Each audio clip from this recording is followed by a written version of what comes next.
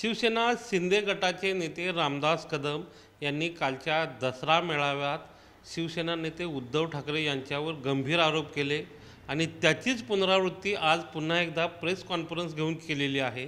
त्यामुळं हे जे आरोप आहेत या सर्व आरोपाच्या अनुषंगानं शिवसेनेच्या नेत्या किशोरीताई पेडणेकर आपल्यासोबत आहेत। आपण त्यांच्याशी बोलणार आहोत।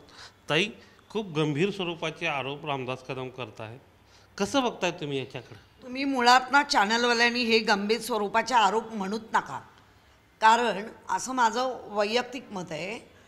2012ला जेव्हा बाळासाहेब गेले 17 नोव्हेंबर 2012ला, तेव्हा ज्यांनी आपण असं एक हे म्हणतो की रेड्यानी वेद म्हटले, या रामदास कदम रेड्यानी शेण तोंडातून काढलं। समजा तू जे म्हणतोयस जे अगदी याला गंभीर वगैरे आम्ही नाही घेत, कारण आम्ही आहोत शिवसैनिकाचे खंबीर निष्ठावंत शिवसैनिक। जर तुला तर इतके दिवस तुझ्या तोंडात कुठचा बोळा होता का नाही, तेव्हा अक्कल पाळली। मुळात ही वस्तुस्थितीत नाही आहे। आणि जेव्हा ते सांगतायत की मी बाकड्यावर, ती बाकडी आधी मातोश्रीमध्ये तुम्ही पाहिलं असेल की मोजून दोन बाकडी आहेत।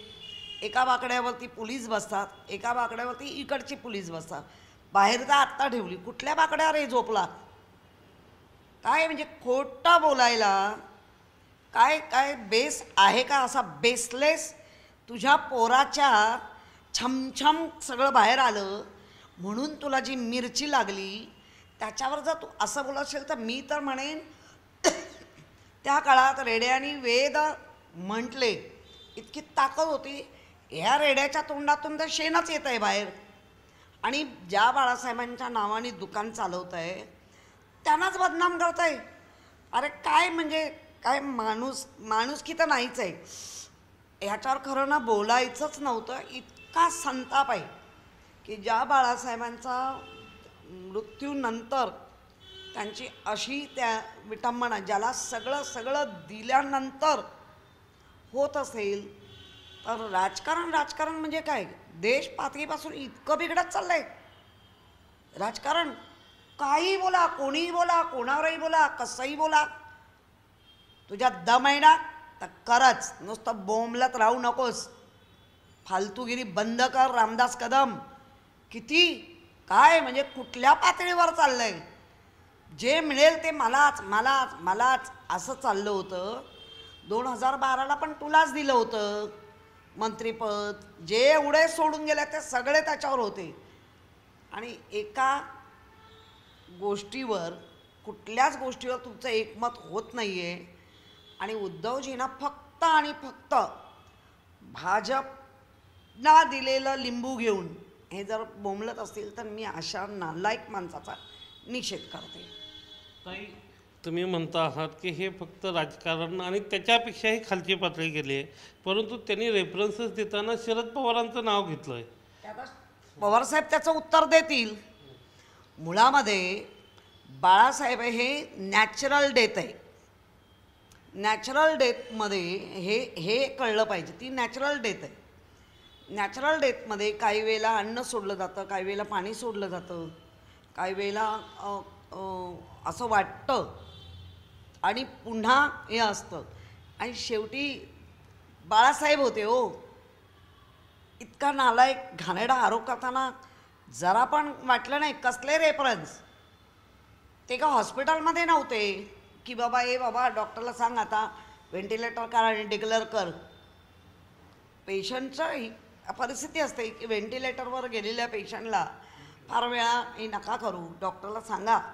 तसं नव्हतं। बाळासाहेब घरी होते, बाळासाहेबांची सगळी ट्रीटमेंट घरी होती।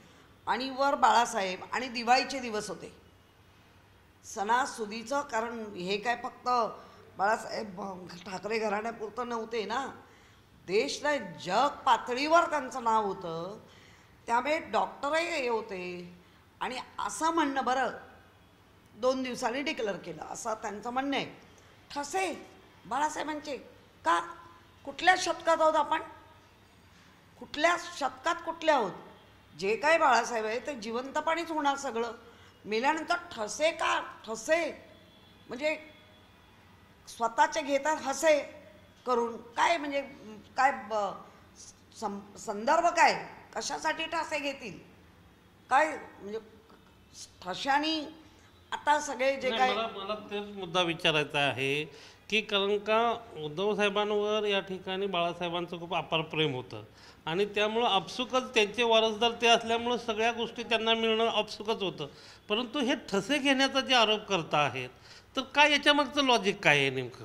मुळामध्ये ठसे घेऊन प्रॉपर्ट्या मिळतात का, आणि बाळासाहेब का अडाणी होते का? बाळासाहेब त्यांची सही ही जागतिक पातळीवर आहे, म्हणजे ती सही कोण करूच नाही शकत, इतकी छान सही होती. त्यामुळे काय ठसे घेतले नाही काय, काही आरोप. अहो ते बाळासाहेब होते.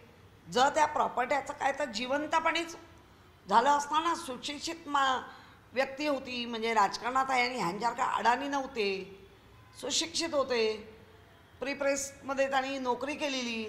अख्ख्या जगात ॲसेंट कोणाचं जर चांगलं असं ॲसेंट जे उच्चार म्हणतो इंग्रजी, ते जगामध्ये बाळासाहेबांचा पण नंबर होता की 1 नंबर उच्चार.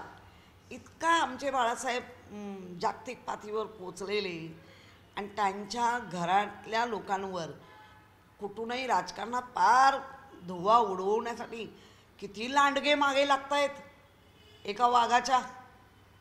वाघच ना टिकून उभा आहे. तुम्ही कितीही असले घाणेरडे आरोप कराल, लोक हसतायत. इतका निखिलास खोटं आहे हे सगळं. नाही, पण मला एक हे म्हणायचं आहे की या सगळ्या आरोप करण्याच्या मागचं काय कारण असेल, म्हणजे एवढ्या सगळ्या खालच्या पातळीवर जाऊन बुडाला आग लागली आहे, कारण त्यांचा छम छम बार जो बंद झाला आहे तो बंद उद्धवजींमुळे झाला असं त्याला वाटतंय. ती बुडाची आग बोलतीये. छमछम बंद झालं आहे ना, म्हणजे एकतर बेशरमपणाचा कळस, मंत्री होऊन बार चालवणार, मंत्री होऊन सगळं करणार, आणि ते सगळं आपसूक बाहेर आलं. काय आम्ही नाही केलं, ते आपसूक आलं आहे ना, सगळ्यांनीच हे केलं.